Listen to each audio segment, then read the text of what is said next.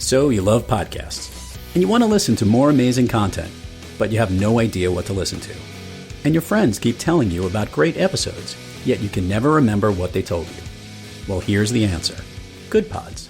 It's the social app dedicated to podcasts where your friends, podcast listeners, and favorite podcast hosts all come together to share on their feeds what they recommend and what they listen to.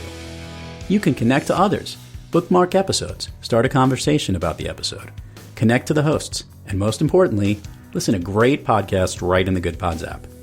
Download Good Pods wherever you get your apps and start sharing with a community that loves to listen. Good Pods. It's where to connect and listen.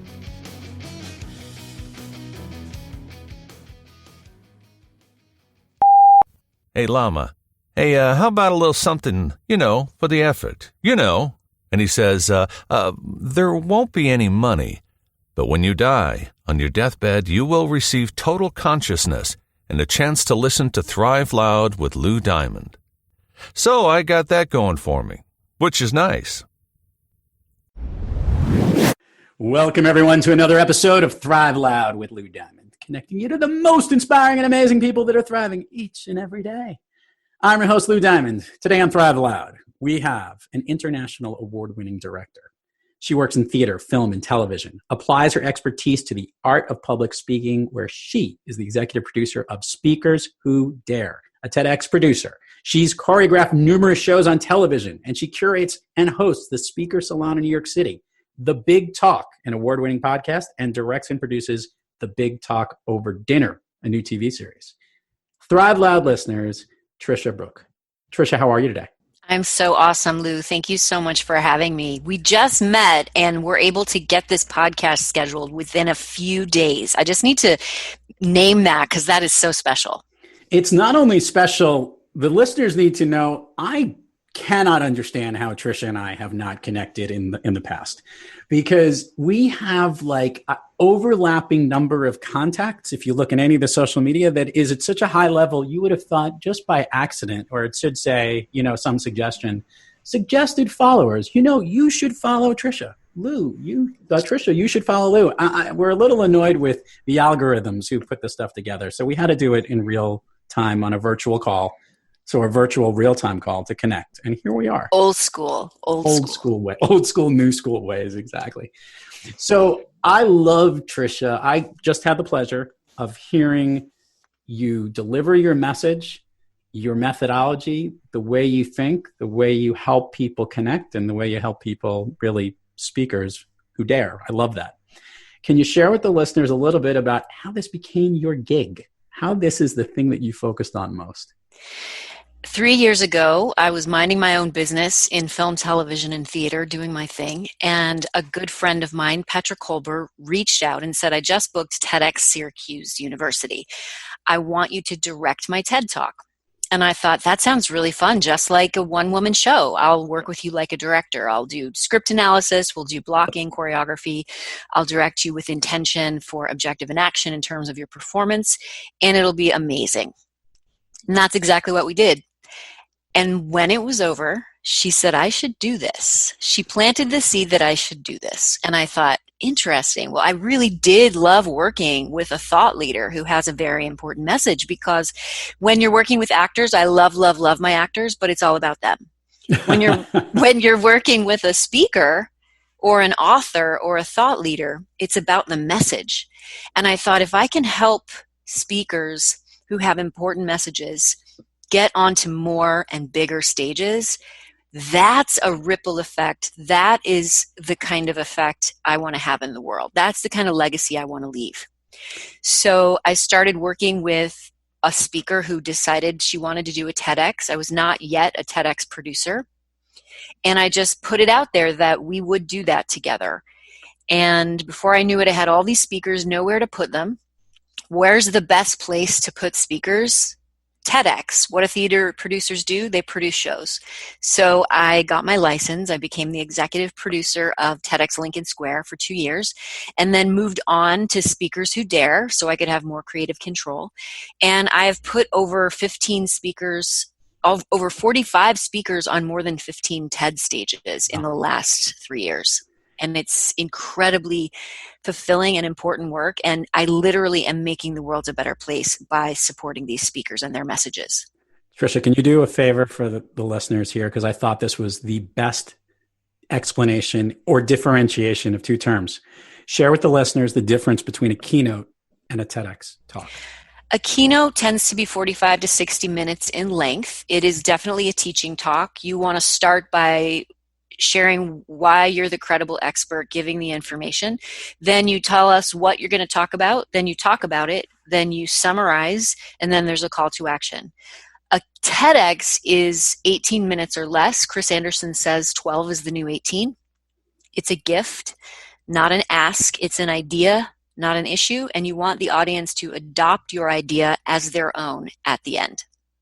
I love the gift. And I love the idea that it's a chance for you to think. So what I wanted to ask, this is where I left after hearing your presentation thinking, why aren't more keynotes gifts? Yes, and it's something that I teach all of my speakers. You can apply that specific TED style gift versus ask to any kind of presentation. And it is specific to TED. Chris Anderson talks about it in his book, which is an amazing, the TED guide. And you really do give the audience a way of organically coming to you when you give them the gift of your idea. Asking somebody to buy your book or asking somebody to read a tip sheet in order to teach them something is what everybody does. When you give them the information, the answer no disappears. Right. It's so true. I think it's really effective that when I've been in an audience, whether hearing a keynote speaker or any speaker deliver a message, the thing that I walk away with feels like I've gained value from something. Like, wow, that was worth my time. When you work with speakers, how do you decode what maybe that gift is? Because not every time the speaker knows what the gift actually is that they're giving. Most speakers don't know what the gift is that they're giving, and that's not their fault. They're very passionate about what they want to share with the world, and it normally comes out of a book that they've written or their business. Many speakers are entrepreneurs, as you know. So their desire to share value comes from the right place. But I'll give you an example. Kristen Smedley came to me, and the woman who got me involved in TEDx because she wanted to do this talk on a TED stage. She is why I applied and became the executive producer of TEDx Lincoln Square. She'd been working with a foundation for 16 years on rare eye disease. 2 of her 3 children were born blind, and this became one of her passions. She wanted to raise awareness, raise funding for a cure. And she came to me and said, I want to talk about rare eye disease. My kids are blind, et cetera, et cetera. And after an active listening session where I helped her mine for the ideas, we realized that her idea was actually how to see the world differently through the eyes of her children. I love that, by the way. And when I heard the message the first time, it totally connected with me. I'm like, oh man, that's just brilliant. With your brilliance, Tricia, this is a question I love kind of breaking down your directorial work, because that's actually what's going on here. As any film director, there's dealing with creating the script or taking the script and putting it into storyboards, and then storyboarding and bringing it to life, and then drawing the best out of your talent, and then the editing production that takes place afterwards. If I could, summarize the outline of working as a director. In this line of work, as it relates to helping people deliver their gifts, which aspect, if you had to pick of the 3, the pre, the delivery, and the post, I guess, is your favorite?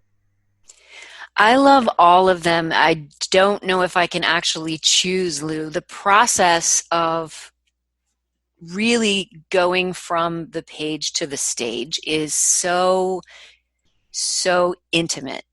And the intimacy starts the moment I start asking the questions, because that is where we give birth. They give birth. I'm really the doula to a big talk. And it's really an intimate exchange, an intimate relationship, because I'm asking so many questions, and all of a sudden we will get to an idea. Here's an example. I'm working with an incredible speaker right now who shared a story with me that was about her father spending her college tuition on a yacht.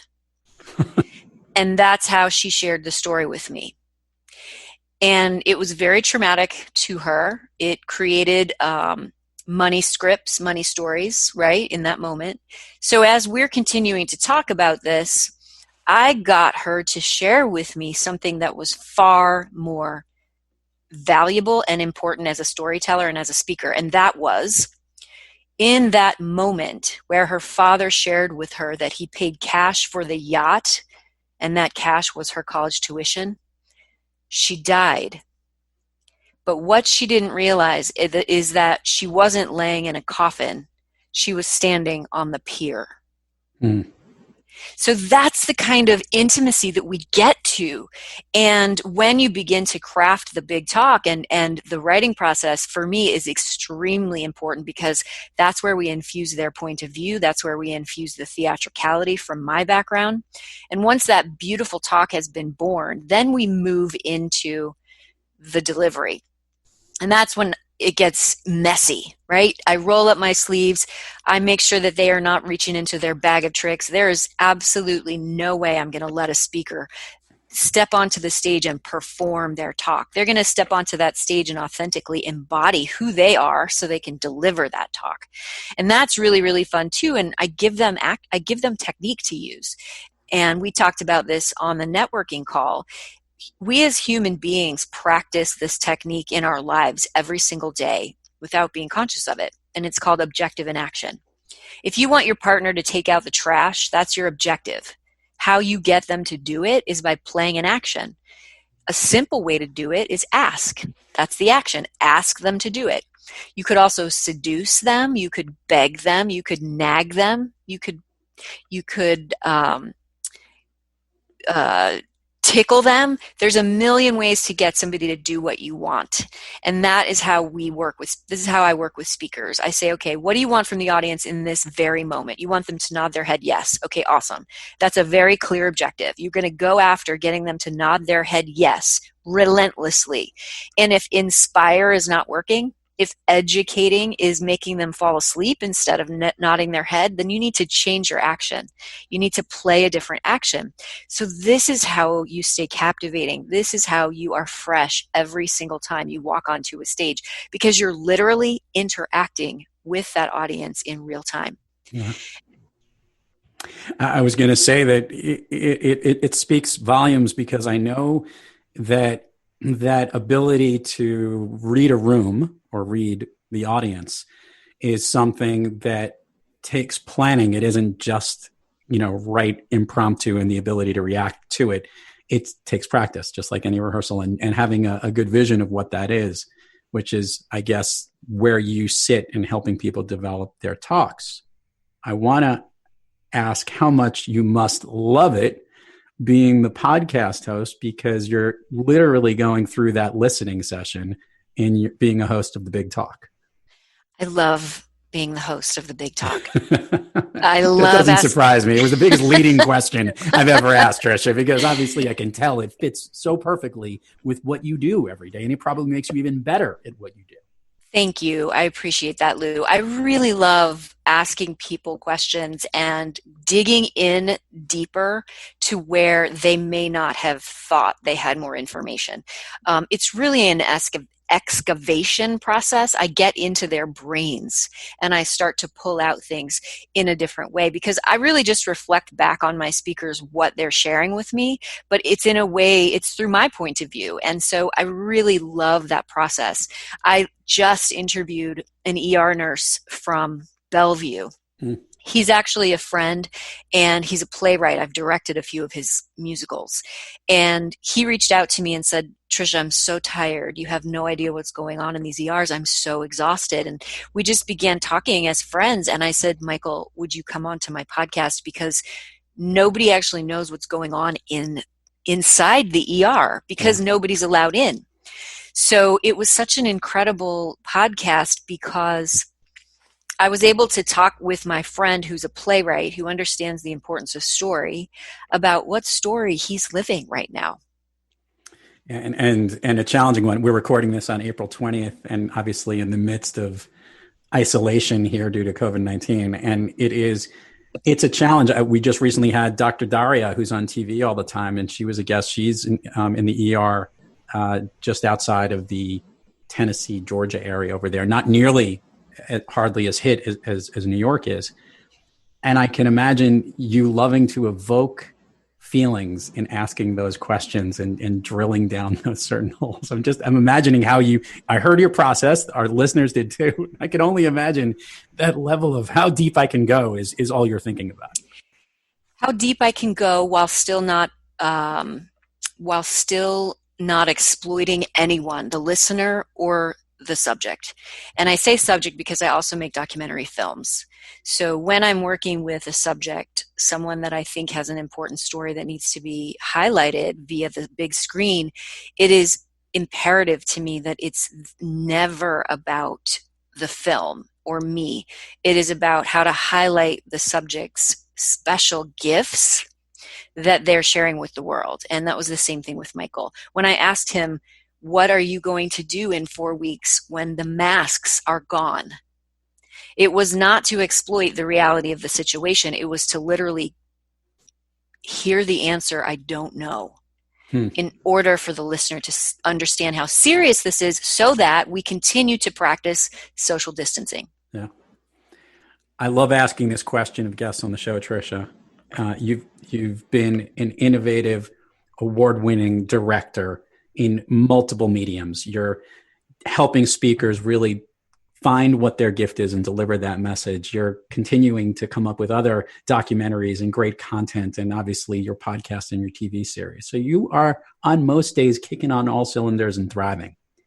On those days when you're not doing that, when you're not kicking on all cylinders, when you're a little off your game, what practice do you seek or individual do you seek out to get back on the thriving track? I love this question because we're all human beings, and we have a range of high performance, low performance, good, bad, happy, sad, all the things.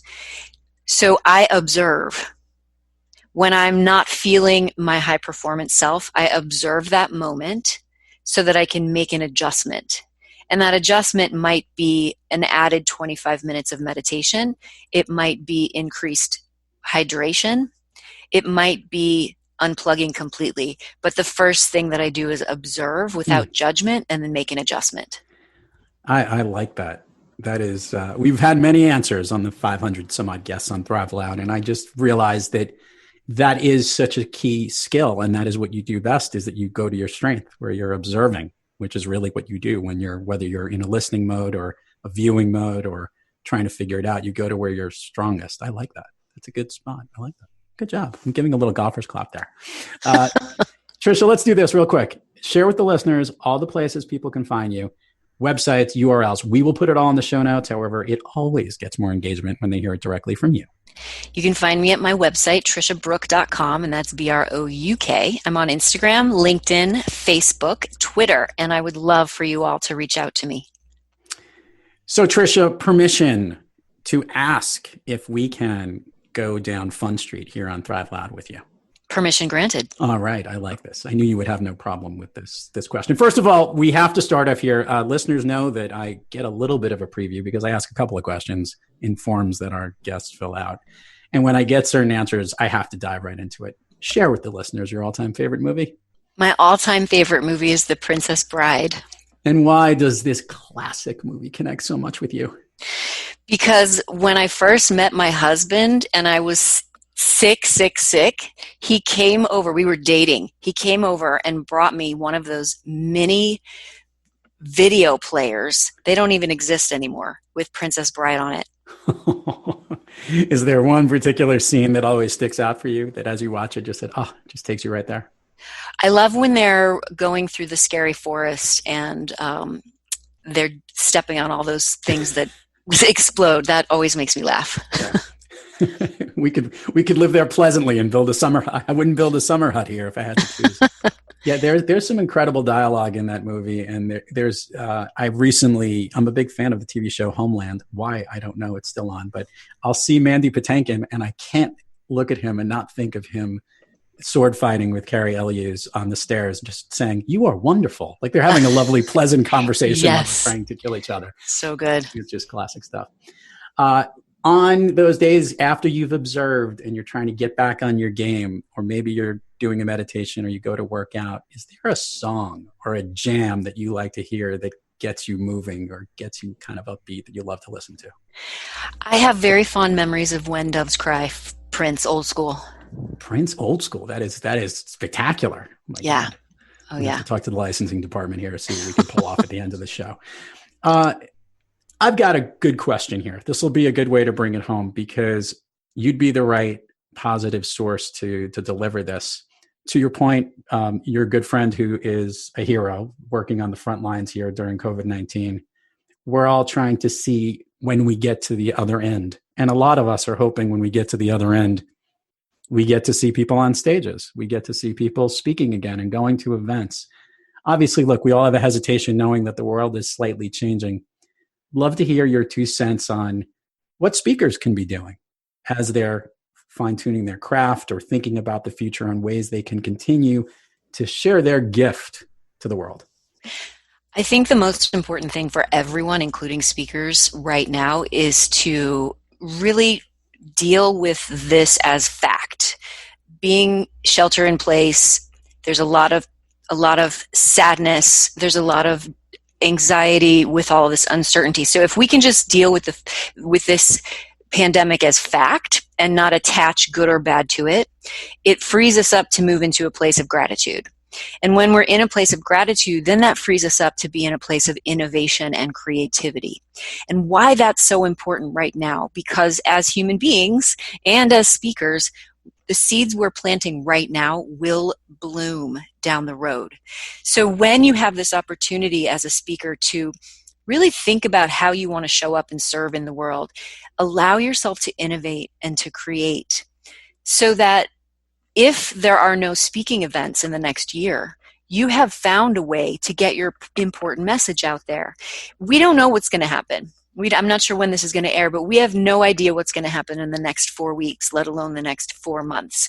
So giving yourself an opportunity to be in gratitude, to understand that you will actually create something that is beyond what you could have imagined as a speaker. Give yourself permission to do that. We're not going back to speaking events as they were. So let's think about how we create new ones. That's the mic drop moment of the show here, where obviously we just got to continue to end the show there because I can't top it. I think you're right on. I have to get a mic drop sound effect. Add that in, like a little like boom, like we probably can find one. We'll add it in there. Tricia Brouk, thank you for your time. Thank you for your wisdom. Thank you for the gift that you help extract from so many people, because I think people really need folks like you to really help drive forward their key messages. And thank you for that. Thank you, Lou. And to all our Thrive Loud listeners out there, thank you for joining us. And until next time, keep thriving onward and upward. And remember, be brief, be bright, be gone. Maybe I'm just like my father, too bold. Maybe you're just like my mother. She's never satisfied. Why do we scream at each other? This is what it sounds like when doves cry.